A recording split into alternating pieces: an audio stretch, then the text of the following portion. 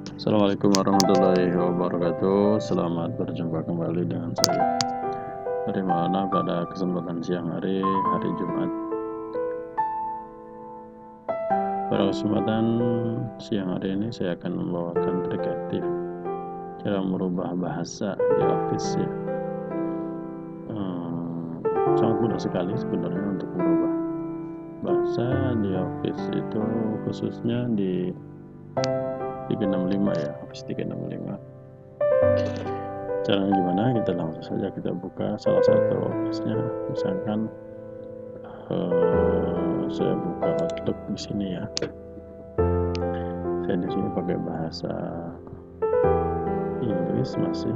Nah, caranya Bapak Ibu sekalian angan-angan coba klik di sebelah kiri ada file, pilih yang option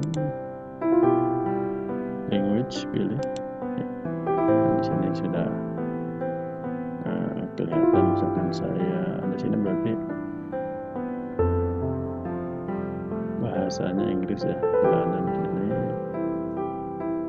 kalau mungkin di sini ada pilihan yang lain, misalkan saya mau menggantikan, tinggal diklik sini, dengan pilih yang set as preferred ya.